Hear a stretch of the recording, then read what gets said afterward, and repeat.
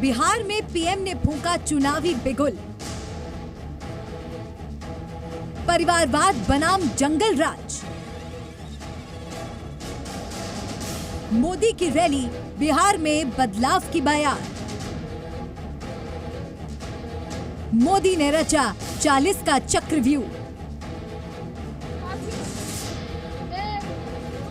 प्रधानमंत्री नरेंद्र मोदी ने जमुई जनसभा करके बिहार में चुनावी बिगुल फूंक दिया है। गुरुवार को प्रधानमंत्री मोदी ने जमुई के खैरा में जनसभा को 28 मिनट तक संबोधित किया। पीएम मोदी ने अपने संबोधन में विपक्ष के तमाम दलों पर निशाना साधा, लेकिन उनके संबोधन में बिहार ही केंद्र रहा। पीएम मोदी ने विपक्ष पर निशाना साधते हुए कहा कि आज एक तरफ कांग्रेस और आरजेडी जैसी पार्टियां हैं जिन्होंने अपनी सरकार के समय पूरी दुनिया में देश का नाम खराब किया, वहीं दूसरी तरफ बीजेपी और एनडीए हैं जिनके नेतृत्व में विकसित भारत और खुशहाल भारत का निर्माण हो रहा है। कांग्रेस और आरजेडी जैसी पार्टियां हैं जिन्होंने अपनी सरकार के समय पूरी दुनिया में देश का नाम खराब किया था। पीएम मोदी ने अपने संबोधन में लालू परिवार पर भी हमला बोला। पीएम मोदी ने अपने संबोधन में भ्रष्टाचार को मुद्दा बनाया और लालू परिवार पर निशाना साधते हुए प्रधानमंत्री ने कहा, जो नौकरी के लिए बिहार के युवाओं की जमीन लिखवा लें, वो कभी बिहार का भला नहीं कर सकते हैं। वहीं 31 मार्च को INDIA गठबंधन की रैली में तेजस्वी यादव ने भ्रष्टाचार को लेकर केंद्र सरकार पर निशाना साधा था। मैं कहता हूं, भ्रष्टाचार हटाओ। मोदी कहता है भ्रष्टाचार हटाओ। वो कहते हैं भ्रष्टाचारी बचाओ। दिल्ली की भीड़ बता रही है कि मोदी जी जिस तरह से आंधी की तरह आए थे उसी तरह तूफान की तरह चले जाएंगे। बिहार में जब चुनाव आते हैं तो वहाँ की सियासत का एक अलग ही रंग देखने को मिलता है। सभी पार्टियां बिहार के पिछड़ों और दलित वंचितों को साधने की कोशिश करती हैं। बीजेपी ने इस लोकसभा चुनाव के लिए अब की बार 400 पार का नारा दिया है, जिसके लिए बीजेपी को 2019 चुनाव से ज्यादा सीटें जीतनी होंगी और 400 के लक्ष्य को पाने के लिए बीजेपी हर वर्ग को साधने की कोशिश कर रही है। इसीलिए प्रधानमंत्री मोदी ने अपने संबोधन में रामविलास पासवान को अपना परम मित्र बताया और चिराग पासवान को छोटा भाई कहा। मुझे संतोष है कि रामविलास जी के विचार को मेरा छोटा भाई चिराग पासवान पूरी गंभीरता से आगे बढ़ा रहे हैं।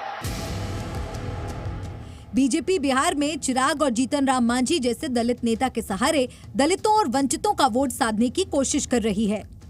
बिहार में हुए जातिगत सर्वे के मुताबिक बिहार की कुल आबादी 13 करोड़ के करीब है और रिपोर्ट के मुताबिक अति पिछड़ा वर्ग 27.12%, अत्यंत पिछड़ा वर्ग 36.01%, अनुसूचित जाति 19.65%, अनुसूचित जनजाति 1.68% और अनारक्षित यानी सवर्ण 15.52% हैं। सभी दल पिछड़ों और दलितों को साधने में जुटे हैं। बिहार में जहां बीजेपी ने चुनाव के लिए पूरी ताकत झोंक दी है, ज्यादातर पुराने चेहरे पर भरोसा जताते हुए उन्हें उम्मीदवार बनाया है, तो वहीं दूसरी तरफ विपक्ष भी सरकार की घेराबंदी करने में कोई कसर नहीं छोड़ रहा है। बिहार के पूर्व डिप्टी सीएम तेजस्वी यादव पूरी दमखम से बीजेपी पर हमला बोल रहे हैं, तो बीजेपी भी पलटवार कर रही है। लड़ाई है 17 वर्षों के एनडीए के शासनकाल का, जो 17 महीने में तेजस्वी यादव जी ने करके दिखा दिया। इंडिया अलायंस बहुत ही दुर्दशा के दौर में है। अब कांग्रेस पार्टी राष्ट्रीय पार्टी है, 9 सीट मिला, अब मात्र 3 उम्मीदवार घोषित किया। हालात यह है कांग्रेस को उम्मीदवार नहीं मिल रहा है। बिहार में लोकसभा चुनाव को लेकर सियासी सरगर्मी अब जोर पकड़ने लगी है और सबसे बड़ा मुद्दा परिवारवाद बना हुआ है। बीजेपी ने आरजेडी अध्यक्ष लालू यादव पर परिवारवाद को लेकर निशाना साधा था, जिसके बाद प्रधानमंत्री मोदी के जमुई दौरे से पहले तेजस्वी यादव ने परिवारवाद को लेकर बीजेपी पर बड़ा हमला बोला। आरजेडी ने भी पलटवार करते हुए बीजेपी पर हमला बोला। आरजेडी ने सोशल मीडिया पर एनडीए के उम्मीदवारों की एक सूची जारी कर बीजेपी और उसके सहयोगियों का परिवारवाद बताया। तेजस्वी ने लिखा, पटना साहिब से पूर्व मंत्री जनसंघ संस्थापक सदस्य ठाकुर प्रसाद के बेटे रविशंकर प्रसाद, सासाराम से पूर्व केंद्रीय मंत्री मुन्नीलाल के बेटे शिवेश राम, हाजीपुर से रामविलास पासवान के बेटे चिराग पासवान, जमुई से रामविलास पासवान के दामाद अरुण भारती, समस्तीपुर से मंत्री अशोक चौधरी की बेटी और पूर्व मंत्री स्वर्गीय महावीर चौधरी की पौत्री शांभवी चौधरी, शिवहर से पूर्व सांसद आनंद मोहन की पत्नी लवली आनंद को बीजेपी ने टिकट दिया है। आरजेडी ने इसके अलावा कई और नामों का उदाहरण देते हुए कई और प्रत्याशियों के नाम गिनाए हैं।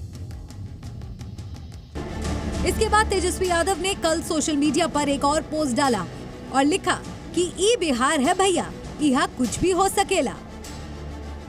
आप सभी की जानकारी के लिए बता दूं, प्रधानमंत्री ने रैली में एक बार भी परिवारवाद का जिक्र नहीं किया। इससे पहले भी तेजस्वी यादव लगातार बीजेपी और प्रधानमंत्री पर हमला बोलते रहे हैं। दिल्ली में हुई इंडिया गठबंधन की रैली में भी तेजस्वी यादव ने बड़ा हमला बोला था, तो वहीं बीजेपी के नेता भी सीधे सीधे आरजेडी और तेजस्वी पर निशाना साध रहे हैं। देश में सत्ता में जो लोग बैठे हैं तानाशाह रवैया अपनाने का काम कर रहे हैं, घमंडी हो गए लोग। आज परिवारवाद के कारण ही लालू यादव जी को अपने परिवार से बाहर कोई यादव नहीं मिलता, कोई गरीब नहीं मिलता जिसको वो मुख्यमंत्री, उप मुख्यमंत्री, नेता बना सके। लोकसभा के चुनावों को लेकर जिस तरह से बयानबाजी हो रही है, परिवारवाद से लेकर जंगल राज का विषय चुनावी मुद्दा बना है, उससे साफ होता है कि बिहार में इस बार का चुनाव दिलचस्प होने वाला है और जनता इस बार बहुत सोच समझकर मतदान करने वाली है। ब्यूरो रिपोर्ट, जी मीडिया। जी न्यूज़।